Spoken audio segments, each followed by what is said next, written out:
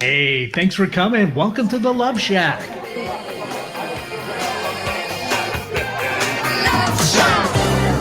Hey, welcome to the Love Shack. It's a little old place where we get together, explore fresh perspectives, and eavesdrop on juicy conversations to discover the things that really matter and have a little fun along the way. This is episode number 86. Is it possible to recover from an affair?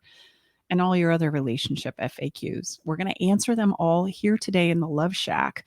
The thing is my clients and listeners of Love Shack often have a lot of questions about relationships and they don't know who to turn to. And it feels uncomfortable to just randomly ask them as a stranger. And so I'm so delighted and happy that our show, this conversation, what we do here, strikes up a safe place where people can ask their questions. And so we're going to answer them today. Yeah, and let's face it, when you feel confused about your relationship and have no one to talk to, it can feel like you're the only one that is asking these questions and you're the only one who is struggling in your relationship. And we like to remind you that is not the case. And today in the Love Shack, as Stacey shared, we are pulling back the curtain and we're going to answer your most burning questions from real people about intimate relationships. And we're going to answer the questions that are currently keeping you up at night so you can understand how to have the success you deserve in your relationship. I mean, after all, everyone, in my humble opinion, deserves to have their toes tingling when it comes to love, right? So hello, everyone. We're Tom and Stacey Bartley, and we're here for another episode of Love Shack Live. We create this show to help couples overcome their current challenges and create long-lasting love. So come on back. We are going to answer the top burning questions that we hear from our listeners as well as our private clients.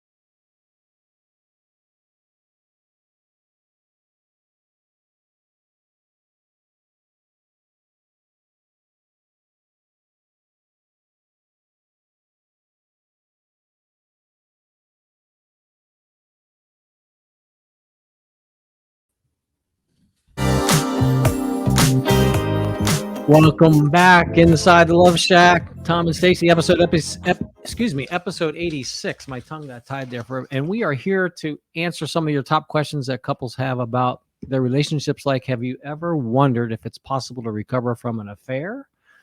Or what does a healthy relationship really look like? Wouldn't it be great to get and receive the answers to these questions that are weighing on your heart right now? This becomes very important because if we don't get answers to the questions that are on our minds, we're not going to take any action to improve them. What typically we find happens instead is you become stuck in what we call the land of maybe. Maybe I'll stay, maybe I'll go, maybe this will work, maybe it won't. And truly, you must know that this is an experience of hell on earth. And guessing answers will ensure that you're going to probably get it wrong the majority of the time. So, we're going to give you some answers that you desperately need straight up right here today. So, what's our first question, babe? Number one, is it possible to recover from an affair? You need to know this is the number one question that we get asked from couples who are seeking help. This highlights the experience that we have as human beings is we wait and wait and wait to raise our hands and say, hey, I feel like there's some things going on here. I'm not quite sure what to do about it. And affairs also, I want to just say, encompass a lot of experiences of betrayal. So an affair is something that we talk about. There is maybe an actual physical affair, or there could be an emotional affair, but there could also be, which falls in this category, places of trust and betrayal in small ways too. And then we start suspecting that our partner is, disengaged in the relationship because they are having, that physical or emotional affair. So this is a burning question, and it makes sense to me, is why we hear it a lot. And the simple answer to this question is absolutely it's possible to recover from an affair. Oftentimes, this is a catalyst that finally gets us to go, hey, all right, enough is enough. Let's see if we can turn this around and get this working again, because I don't want to let go. We've got a lot of investment here, whether that's, money, time, kids, finances, etc. We put a lot into our relationships as human beings. And so it's normal and likely that we want to see if we can turn it around or if we can grow through this before we just end it. And I would encourage that to be the case, because if we just react to the experience of our partner having an affair, we're going to make some rash decisions immediately. And the biggest problem is that you're going to be incomplete when it ends. And what I mean by that is we're terrible at getting complete in our relationships, i.e., saying what it is we need to say, right? Understanding why it happened, what promoted the affair, what was my piece, what was my partner's piece. And when we can start to understand some of those things, it's really highlighting, right, a lot about the relationship, the co-creation that the two people have done in the relationship together. And there's so much good that can be learned and discovered from a very painful, disappointing, oftentimes heartbreaking experience. And we overstep those opportunities in that moment to learn and grow as individuals and understand a lot about relationships overall. And so when we don't get incomplete with this, we end and we feel bitter, we feel incomplete, we have, a lot of revenge. Because we don't understand really what happened. And unfortunately, for most of us, we take it really personal. Like there must have been something wrong with me, the way I did it. And so much of the time I find in working with couples, it has more to do what's going on inside of ourselves and what we feel like we can say or not say, do, not do. And we make up a lot of stories in our minds about what's playing out and what's happening, and we build on that. So if you have two people that really want to understand and grow their relationship into something different, right? Crazy as this might sound, an affair can be the best thing that ever happened, because it's finally the thing that got you to turn and face some of the challenges that, let's be honest, were probably brewing all along. And if you say, oh my gosh, it came out of nowhere, then that tells me that you're not really present in your relationship. Let me ask, so a question within the question then, is it fair to say, in you working with clients that have come to us to work through this specific challenge, there's the person that chose to have the affair, and then there's the partner that was not involved in the affair. And many times, traditionally, there's someone is the problem person and someone is not. Is there going to have to be some new ways to come together over this and not have some person's the bad person, some person is the not bad person? Yeah, absolutely. If we're going to blame the person who had an affair, not to condone, Right. the sense of betrayal and the going behind the back, and there's always going to be a sense of lying and those kinds of things. We get hung up there and we start pointing the fingers.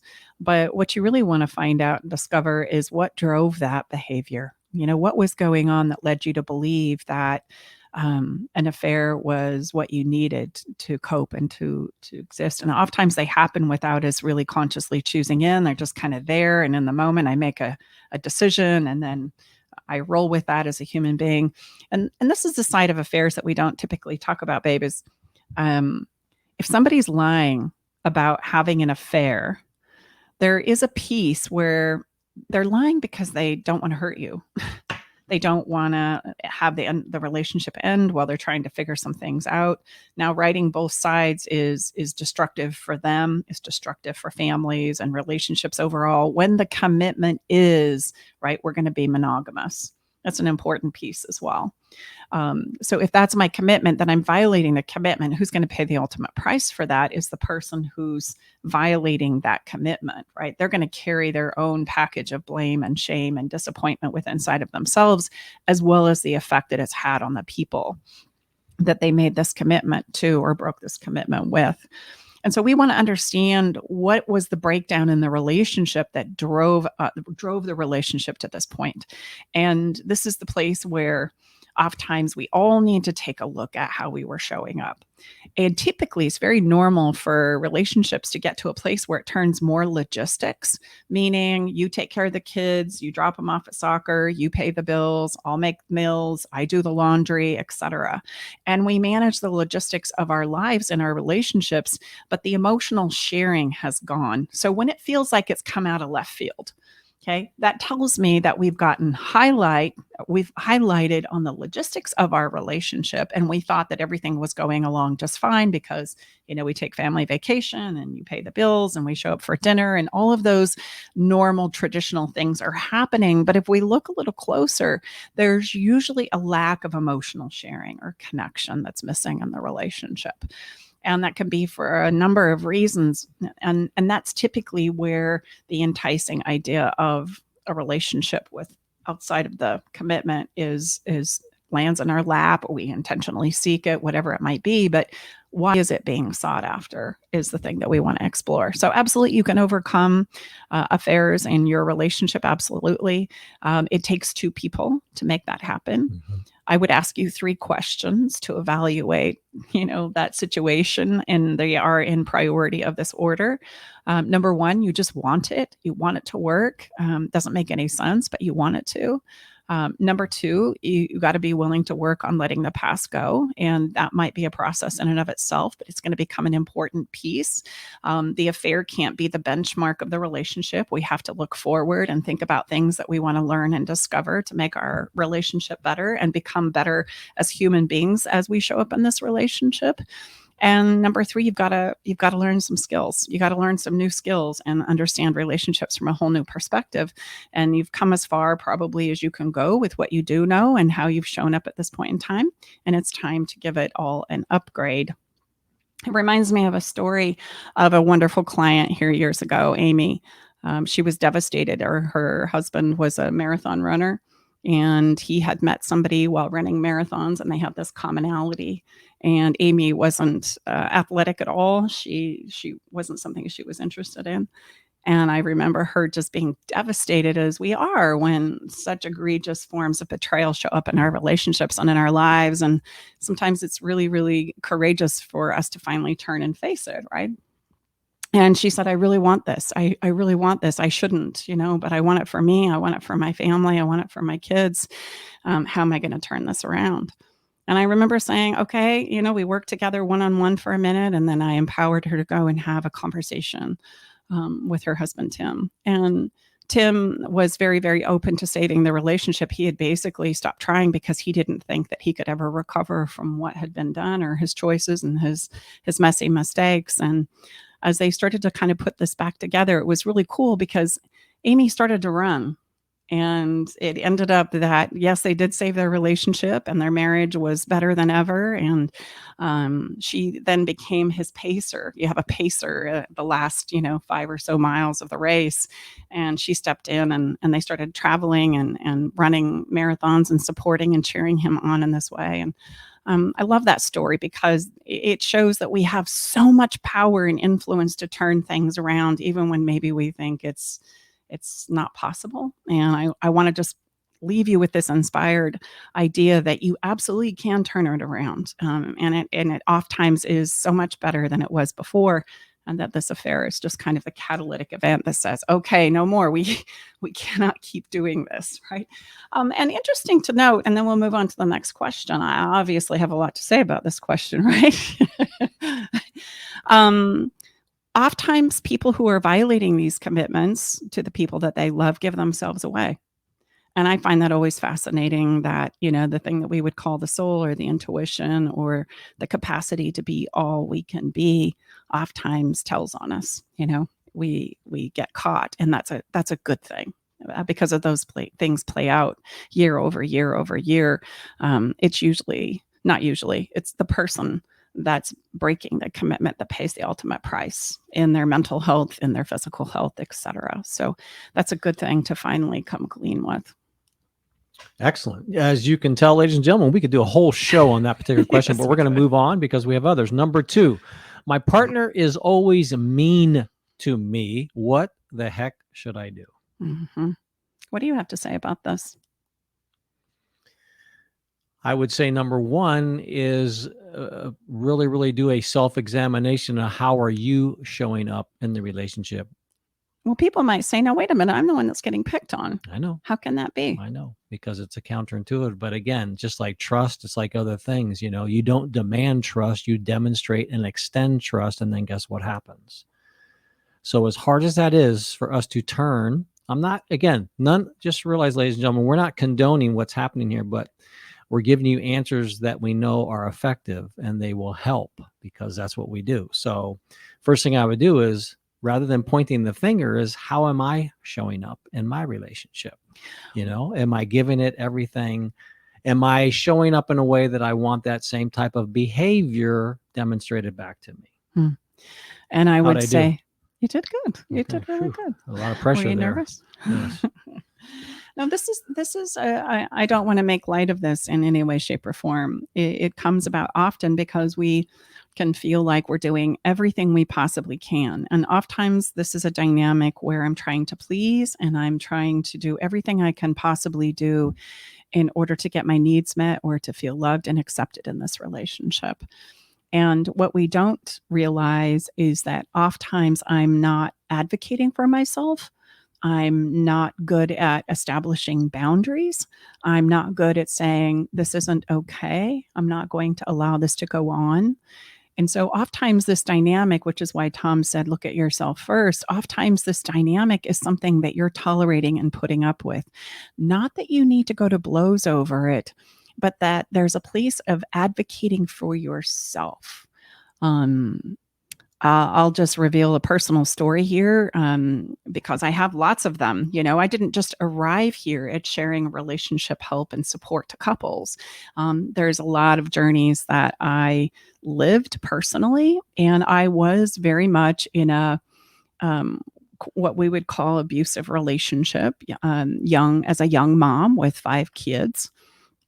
And I was not good at all at saying, and that's enough. And if I didn't know how to do it in a good way. And so it would turn into a full-on blowout.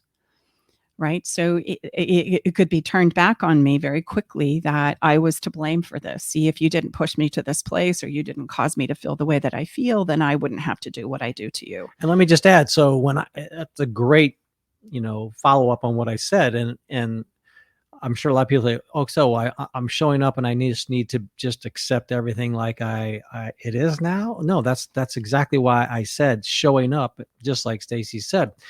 Are we showing up and learning and understanding, how it is we're showing up, what it is we need? Again, it's up to us to teach our partner how to love us, so if you're being, your partner's treating you very, very mean, then obviously we've got to understand, It's two very, very dynamic humans involved in the soup, if you will, of the relationship. And so if it's not working for us, rather than the traditional ways of, accusation and somebody's wrong, somebody's right, it's not as simple as that. So I think that's just an important context and distinction there. Showing up, looking at how you're showing up doesn't mean you're a doormat, not at all. But there's also very significant differences in how one delivers advocating for him or herself. Would you agree? Absolutely. It's being willing to take action on what it is you're setting a boundary for, really. If I could put it in simple terms, we call it planting your flag, just to get your head around this. Let's put it into a story, shall we? There's a client who has a husband that very much runs the show. Now, I'm not going to get gender specific here because I know women who do this as well. It just so happens this particular client is a male and female dynamic, and the female is running around trying to please the husband and cooking meals, and the food has to be a certain way on the plate, and the glass has to be a certain portion full, and there's things that she can get involved in when managing the kids, and not so much, and she's constantly trying to get him to connect with her and to create a relationship, and he shuts her down again and again and again and pushes her out. Basically, she feels like all she's good for is preparing meals, taking care of the kids where he deems necessary, and doing what it is he says. So that's a pretty egregious place where I get this question: what happens if my partner's mean? And the way through that is to start saying, I'm not comfortable with what's happening here, right? I want to have more of a say with the kids. I think that we need to rediscuss or get some help and support about some of the things that are playing out here. And you may need to go and get help and support on your own.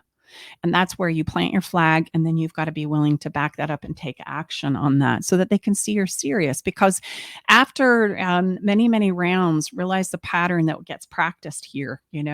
I do something, I find out that it's not okay.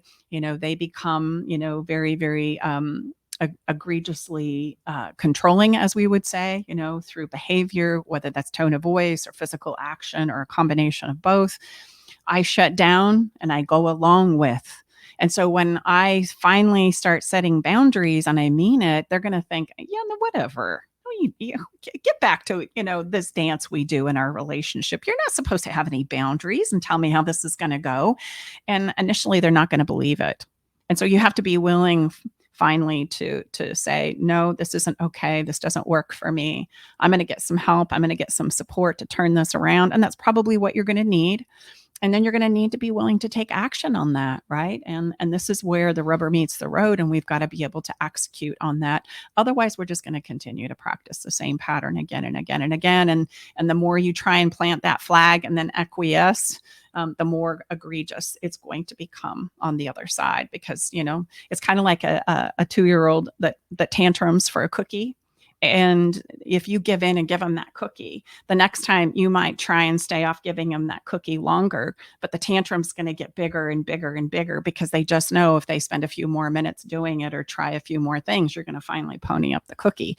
And it gets like that in our relationships as well. So share with us one sentence for our listeners, one thing, our partner is being mean to us and we're really frustrated. Share a sentence that our listeners they can attach anything to the sentence that would be a real game changer and really help them feel less intimidated. I would say, I need you to know that this no longer works for me and I'm going to get some help. Right. And then you plant your flag and you do just that. I'm not playing along anymore. Number 3, how do you build trust in a relationship? Obviously, question number 1, when there's been an affair in a relationship, trust is a big one that has been severely broken. So how do you build trust in a relationship? Hey, so this makes me immediately think of an episode that we did. I wish I knew the number of it. I apologize for not looking this up. We'll hook to it in the show notes. How about that? It's an episode all about betrayal, and trust is an interesting thing. I love to talk about trust because trust usually comes, or lack of trust usually comes from little teeny tiny egregious behaviors over time. And I keep, feeling dumped in the soup, like you don't get me, like you're dismissing me, like you're not there for me. I think in the Gottman Institute, there's not a lot of attunement. You're not attuning to my needs. You don't seem to really care about my needs. I feel like, you're just not there to support me. And I find that oftentimes the feeling like I can't trust you to be there comes because we did at one point in time feel like we were dumped in the soup. And that's why I want to immediately point you to that conversation that we had on betrayal. But let's break down trust just right now because of the question. You'll hear us say, and we've said it before many times on the show, that as human beings, we are mess making machines. Like that is what we do best. We are messy, not intentionally.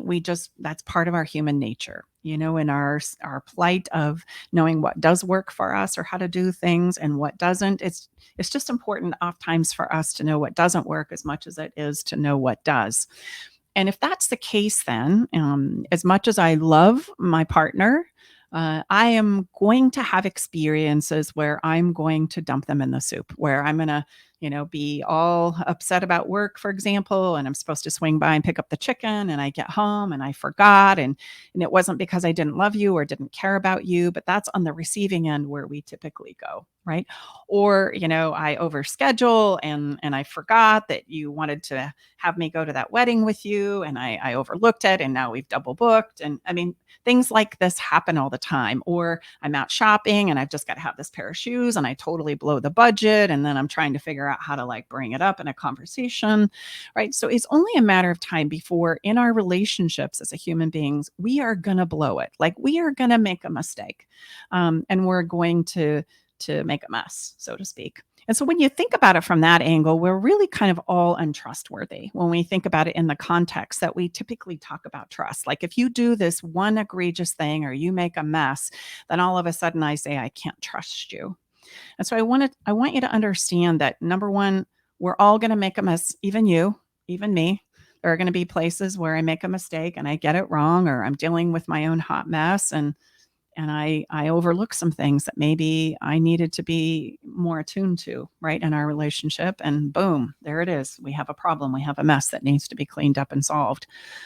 Trust is something that we give. Trust is something that I give because I know that being in a relationship and co-creating with another human being is always a risk.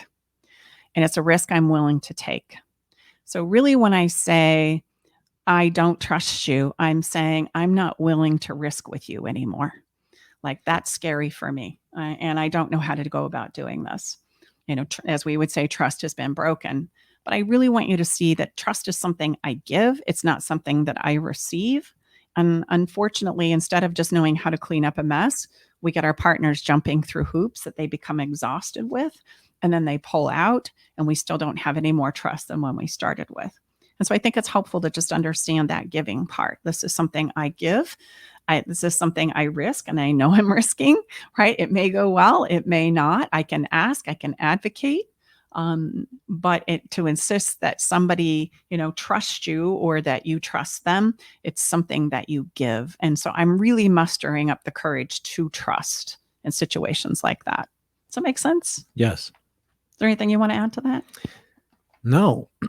Excuse me. And I think it's very counterintuitive, but when you think about it, I mean, again, if you're on the receiving end of that and your partner's demanding that you're trustworthy, well, they're the only, you have to What do you do? Yeah, you have to step into a new energy. And the best way to do that, in my opinion, is to demonstrate that, to extend that, because as Stacy said, we're all mess making machines. So many times, especially if the whoopsie daisy is significant, like an affair, it's going to be very difficult, for that person that, stepped out to ever try to, repent enough. I mean, come on, you just can't punish yourself enough.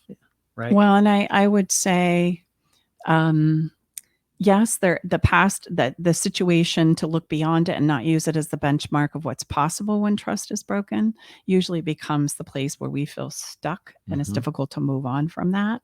But rest assured, it's not about getting your person to jump through a bunch of hoops to demonstrate and prove, right? It's about establishing the connection, because the funny thing about emotional connection, if we're really, really in tune with our relationship, we know when it's present and when it's not. And if it's going to be a problem, it's going to show up again in the future. So we don't have to lose a lot of sleep wondering if it's going to happen again. We say, okay, I'm willing to risk with you. I'm going to put my best foot forward.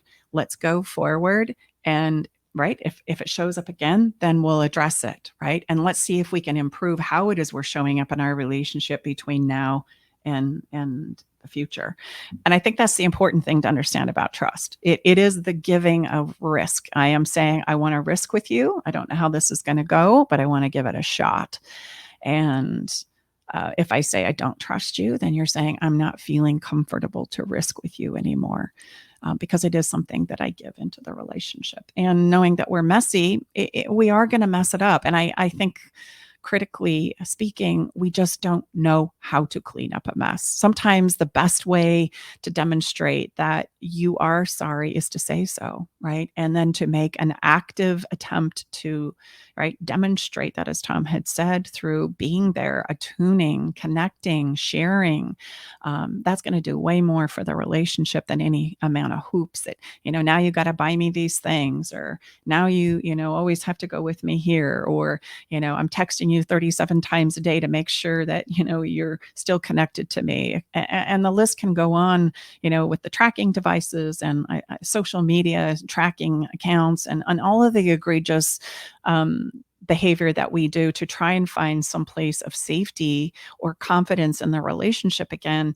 Oftentimes now what steps out is me in forms of betrayal. Right now I'm making it up that because you had this mess that was made, I get to do these things on the backside that I know are not okay either. And then we're going to break down anyway. No, there's no winners there, as I like to say. So trust is absolutely something that's given. We had a very brave soul, and I so appreciate this. Send us a question via SpeakPipe. You can do this on our website as well. Anytime you have a question, we'll do more of these. Went to our website and asked us a question audio clip wise. So I want to give him a shout out and acknowledge him for sharing this question with all of us. And we're going to play it right now for you so you can hear it from the proverbial horse's mouth. Hello, my name is Robert Biggs. My friends call me Bobby. I have a question about sexual urges.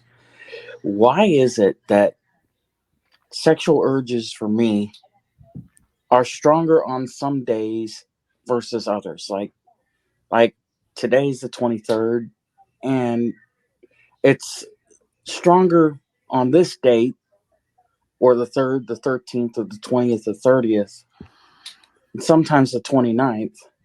Versus other times, other dates. I guess I just don't understand that. Thank you. Sexual urges are a composite of our physical bodies and our emotional bodies.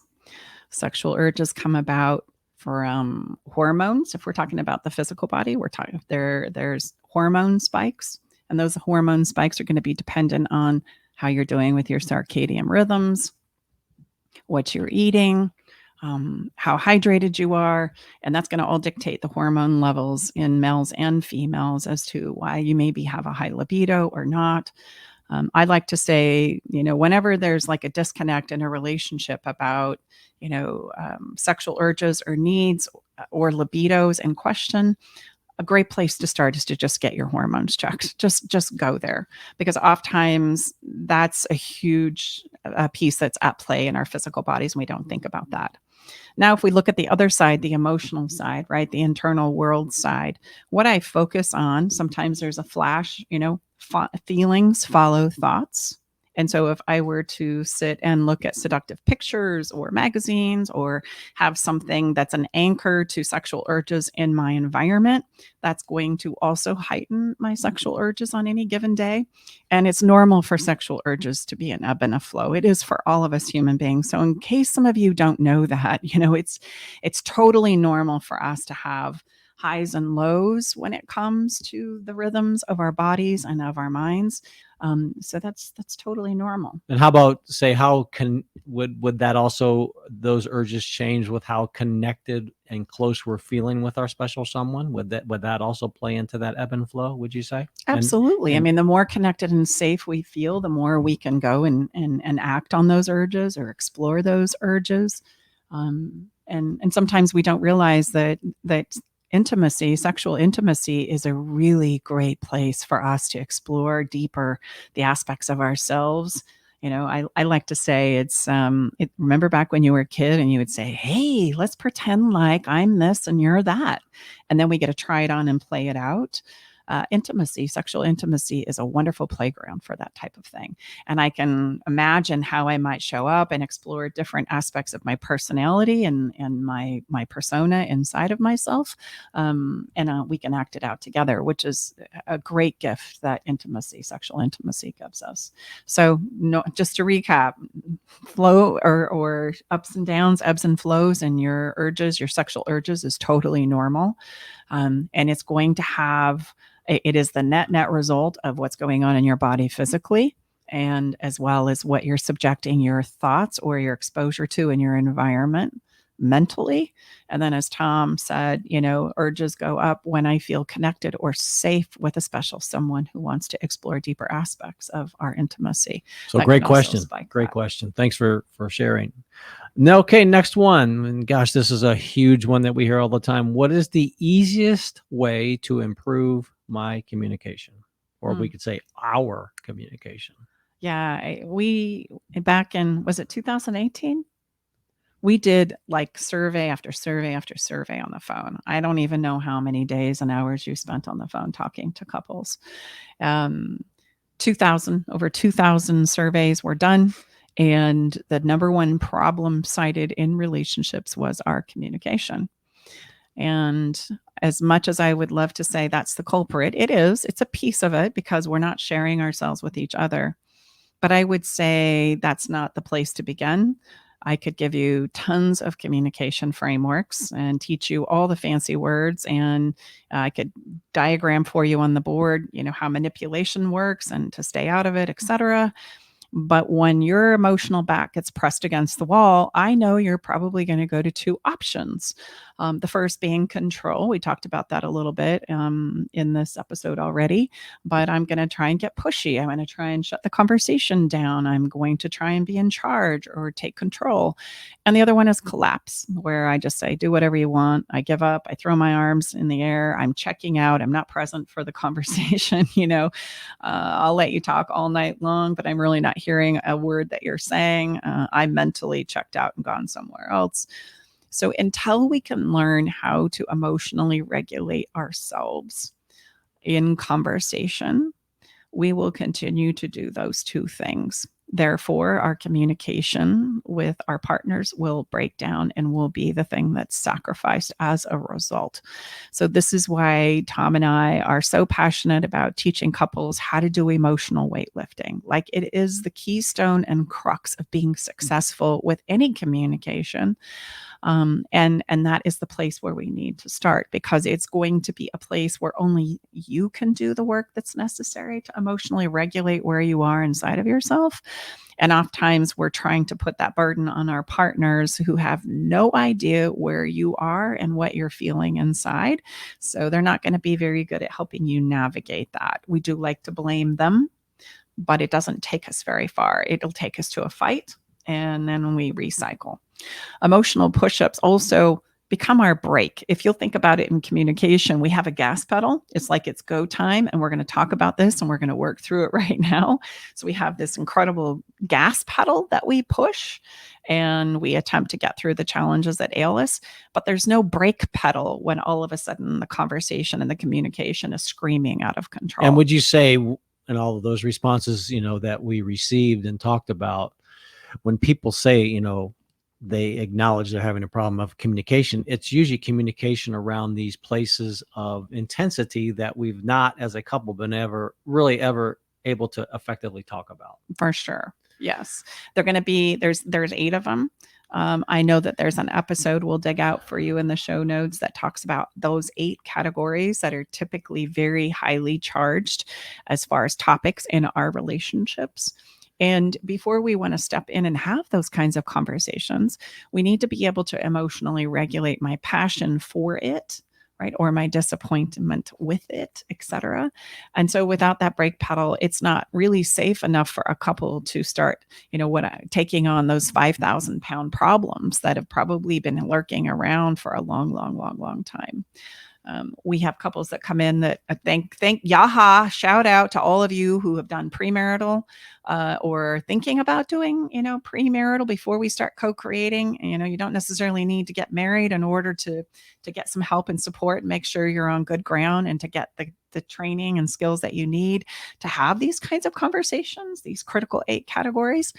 And we have couples that have been together everything from a few months to 45 years, and I always think, gosh, 45 years of not feeling like you could communicate. You've built a life on those logistics, but now they're getting on in age and they want that emotional connection. And so at any age, at any time, at any point in your relationship, it's a great time to learn how to use a brake pedal.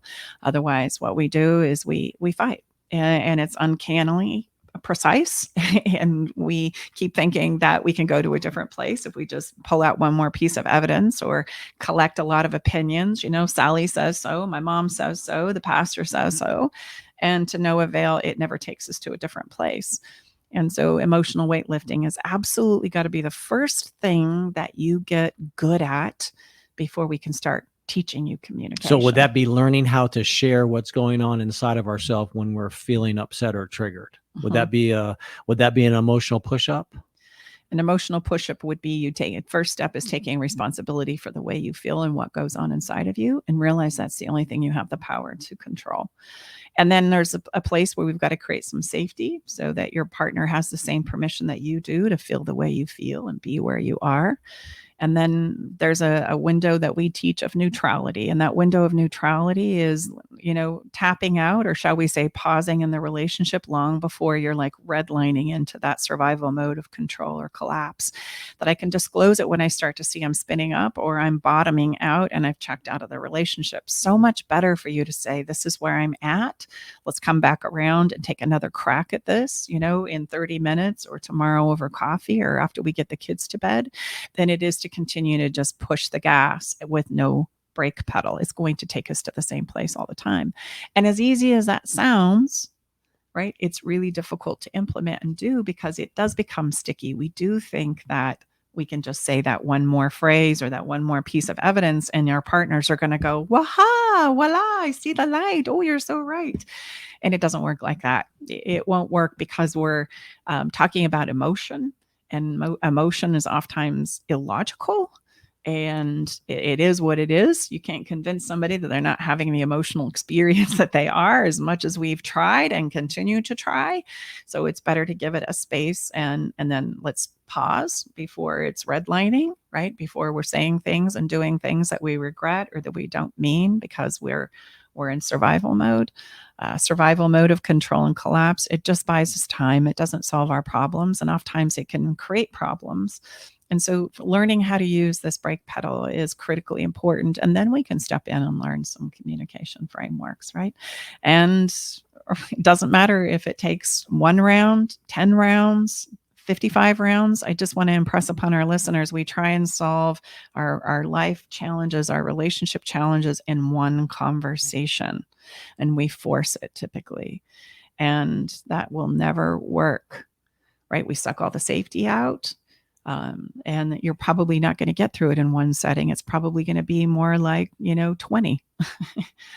And better for us to come back around and do another round of emotional weightlifting in this area than to force or coerce, right, the relationship. The worst piece of advice that was ever given to couples back in the 80s and the 90s was never go to bed mad. Oh my goodness. Please go to bed mad, because if you're not going to go to bed mad, you're going to finally get into some form of manipulation because somebody's going to get tired and finally tap out. So it's just it's a race to the how do I want to say that? I have several metaphors going off in my head, but it's kind of like, whoever can hang in there last will win. And that's a terrible way to solve our problems. Everybody feels negated and unsafe in those kinds of contexts and situations. Okay, give us a Cliff Notes answer to this question. What does a healthy relationship look like? A healthy relationship looks like permission. And I love that word. To me, permission is unconditional love. It's not the sacrifice of self and substance. It's the permission for me to be where I am and feel the way I feel. And for you to have that gift given to your partner as well, that they too can be in some difficult places and feel the way that they feel as well.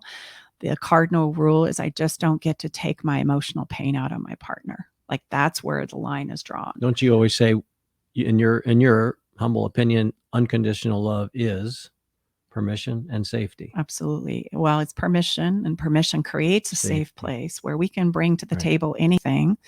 And in this place, we can get through anything. Aside from that, a great relationship is great because it works for the two or more people in it. I mean, it's your decision to create this relationship. You know, there's a DIY love and relationship because as people, we're all unique. We're all different. We're all in different places of the life journey. We come from different backgrounds. And it's okay for us to create a relationship and a space with permission and safety that works for the two of us in that relationship. And a relationship that works for me may not work for you, but the underpin of all of it is that safety to bring what I need to the table. And I don't allow myself to take my pain out on you. I can talk about it, but that's very different than taking it out on you, making you pay for it, punishing you, expecting you to fix what's going on inside of me. And those are all frameworks that we teach. You know, it's important for us to get to know our movie internally, our internal movie, and to be able to translate what it is you're experiencing, your thoughts, feelings, and emotions into a language that first you can understand. Without that ability, we end up taking out this emotional experience that we're having on our partners. And it's called in the world of psychology, passive aggressive. So that's what passive aggressive is. So that's the line. We don't get to do that. We take responsibility for it. We learn how to do some emotional weightlifting. I learn how to advocate and ask for what I need. I learn to set boundaries. I learn how to tell you what works and what doesn't work for me. And I want to hear what works and doesn't work for you too. And in that communication and the experience together in a healthy relationship becomes more about understanding. Like I get to share myself so I understand me a little better day by day by day by day. And when I allow my partner to do that, we get to understand the other person better too. We get this little window into who they are and where they are. And that's the thing that creates connection, that connection, that emotional connection that we're all longing for. So that would be what I would paint as a picture for healthy relationships. Great place to pause right there. We didn't get through all of our questions. If you have questions that you'd like us to answer, please go to our website and share it, and we will have another episode just like that. So having said that, we're going to take a quick break and come right back, and we'll follow some fun. Yeah, we got a giveaway. Yahoo!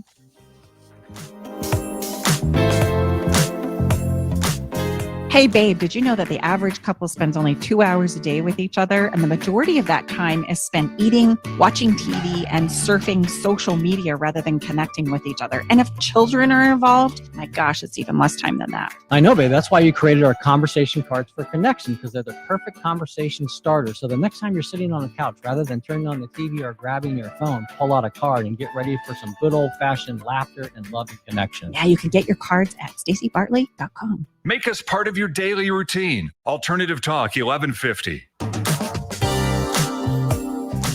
Welcome back inside Love Shack. Tom and Stacy here, episode 86. We're going to step into Follow the Fun, and it's the first Thursday of the month, and we have a giveaway. Yeah, we're going to give away a signed copy of our book. Our physical book is going to be coming out here really soon, and we're going to autograph it, and we're going to write you a special note in it. Eric, this is where we need your help and your participation to try and make this as random as possible. If you're not on our fun list already, get on our fun list. This is where we draw our winners from, in case you're wondering. So, Eric, number from 1 to 100, please. Okay. 1 to 100. Let's go with 62. Ooh, okay, here we go. I'm counting. 62. We have, And I just realized today is the 6th month and 2nd day. I just picked that number random. Whoa. look at you. There's always some kind of reason.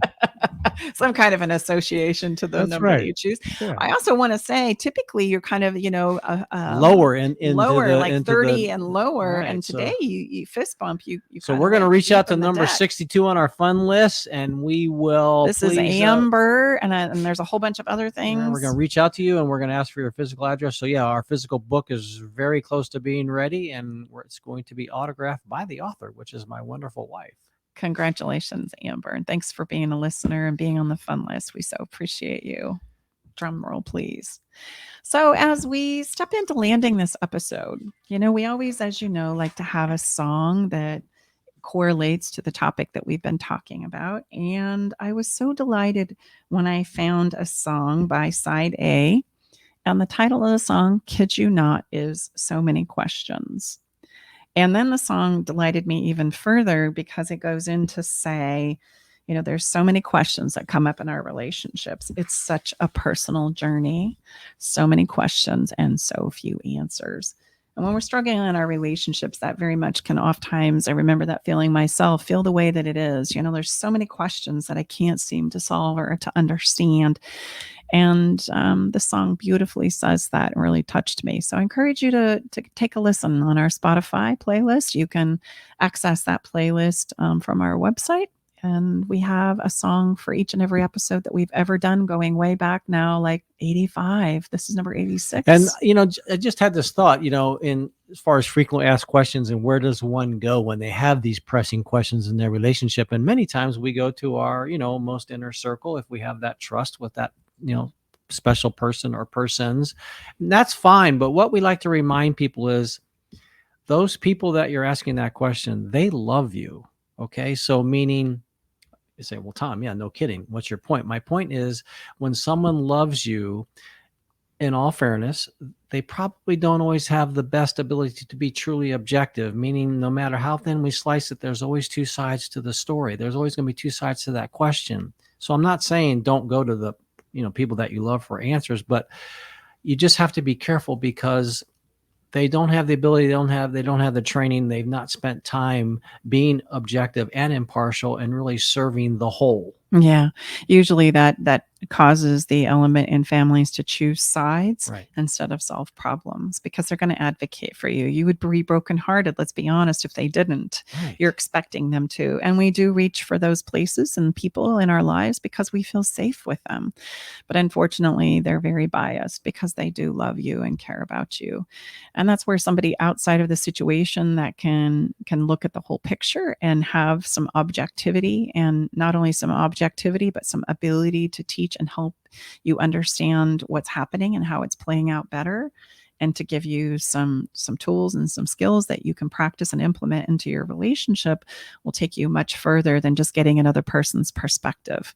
And no matter how it goes, when people work with us, the only place Stacy and I take a position is how it goes or how it needs to go is to go well. Because if you have any time, in history with a special someone, and then there's some children involved and grandchildren and other complexities, in the absence of it not going well, I can assure you it's going to be very, very difficult and very, very impactful for multi-generations. Mm-hmm. So it needs to go well. Yeah, it does. And we can do better at this relationship. Absolutely. We can. Well, that's it for this week episode. Thank you so much to you, our listeners, for being here with us. And gosh, if this episode would serve a friend, wink, wink, we encourage you to pass it along.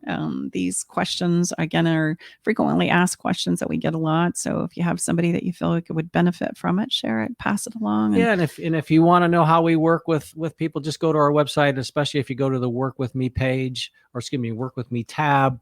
It will give you a very, very comprehensive overview of how we work with our clients. Yeah, come on back next week and join us for another episode of Love Shack Live. It's been a pleasure to be here with you. We look forward to doing it all again next week. Until we see you again. Bye-bye.